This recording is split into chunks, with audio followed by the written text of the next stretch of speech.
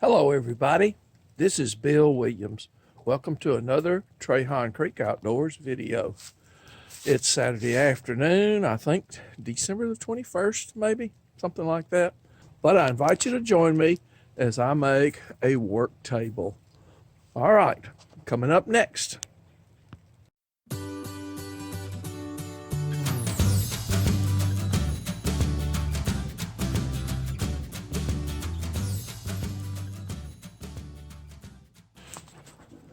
I will be making a work table for my shop. And this particular project is a remake of an existing shop table that came out of a doctor's lab which made prosthetic devices. And it's kind of crudely built. The top is rotten over the time period that it's been outside here.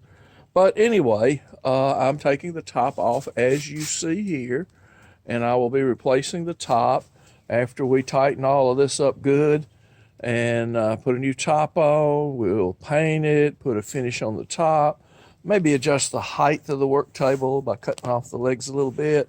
I don't know. We'll see what all we got to do to it.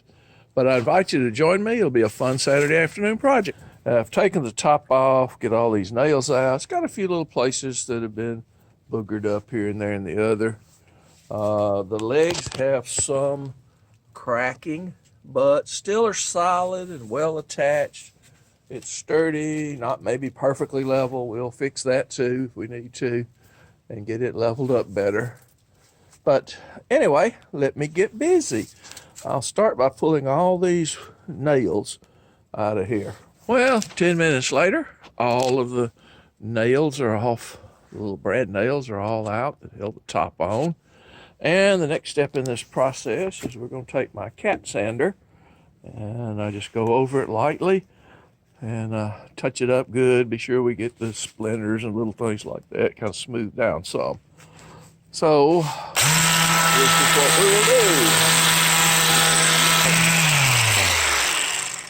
do. I'll be back with you after I get that done. So having finished the sanding, I did a good wipe down with a lint-free cloth just to get any sawdust, sanding residue off of it. We'll do a little more before I actually do any painting of the table, but we're not quite ready for that part yet. However, you can see it is beginning to shape up and be a little bit better looking. I just like to round off the corners and so forth and the edges all over the table because you never know. You might be sitting here one summer day wearing some short pants and bump your knee against it. The last thing you want is a splinter stuck in your kneecap. So sanding's a good idea when you're doing something like this. We did see a few defects. This particular piece is split here, which isn't the best, but I believe there's enough holding that leg, and I'm not going to put heavy weight on it anyway, that for now, for what we have, we're going to truck along with it just like it is. If it goes bad on me, I will have to take that support out and put another one in. I've got to make a decision, and that decision is this was designed as a stand-up work table, which I like that, and I may keep that, or I could cut it down some and just make it a sit-down table at a normal height. So next thing I'm going to do is measure the height on this thing, see what we're working with. Measured the height of the table, and with the tabletop included, it will be a dead-on 40 inches above the floor. Now, I do have a high-back stool that I keep out here, chair actually, in the shop that I sit in a lot and work out of, so I may very well just leave this at the 40-inch height because my seat height is 30 inches, and it works out to a pretty good seated platform for me if I use the high back chair.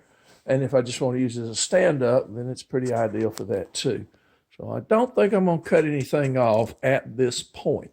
If I get dissatisfied with it, I'll flip it over and cut the legs off and lower it down. So that's simple enough to do.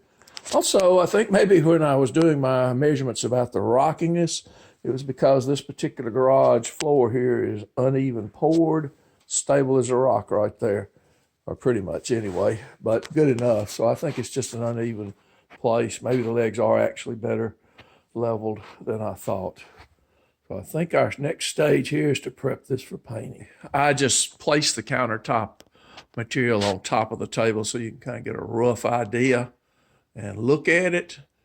You can see it's be a pretty good sized table. As I say, 4 foot long in essence, about 37 inches wide.